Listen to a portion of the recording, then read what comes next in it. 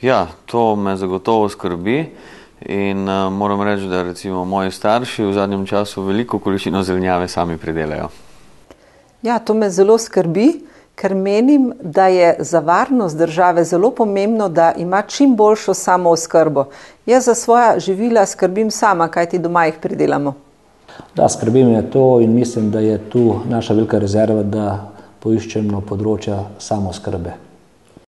Seveda me skrbi, zelo me skrbi, še posebej me to skrbi v zvezi z tem, da bo Mercator šel v hrvaške roke. Potem bomo jedli hrvaško hrano, slovenski kmetje bojo pa umirali. V SMS Zeleni nas to zelo skrbi, potrebno je dvigniti nivo samooskrbe, tako s hrano, kot tudi z energijo in z vodo. Mislim, da je samooskrba ena od pomembnih tem, ki jih bo treba v prihodnosti vzeti zelo resno.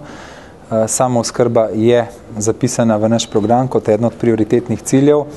To je pomembno, pomembno je za našo varnost na tem področju, za varnost naših otrok. Skrbi nas zelo, zato smo to točko dali tudi v naš program. Prehranska samooskrba je eden od glavnih ciljev LDS-a, ki bi ga mogli doseči v naslednjih letih. Sem hudo zaskrbljen nad tem, samooskrba je padla pod 30% in zagotovo bo potrebno v naslednjem mandatu narediti veliko na tem, da bomo si pridelali več zdrave domače hrane.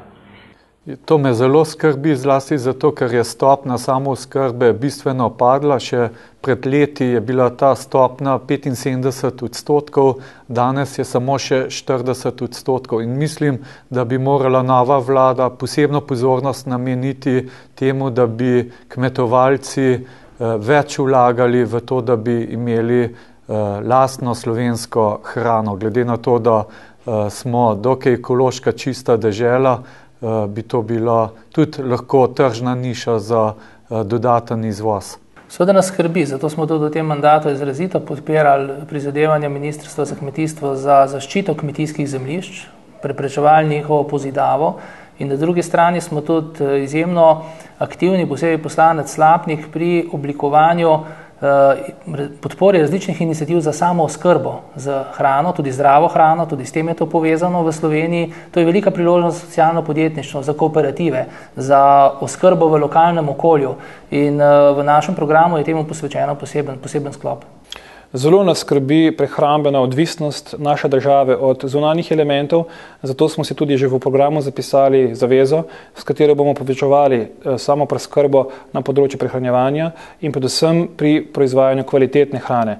Namreč uvažanje vedno ustvarja tudi nek prostor, ko ne vemo 100%, kakšno obliko in kakšno kvaliteto hrane pravzaprav dobimo pred sebe. To je vsekakor eden najhujših slovenskih problemov. V zadnjih 20 letih od osamosvojitve se je samooskrba Slovenije razpolovila in plan stranke TRS je, da povečamo samooskrbo in s tem zaposlimo mnogo ljudi.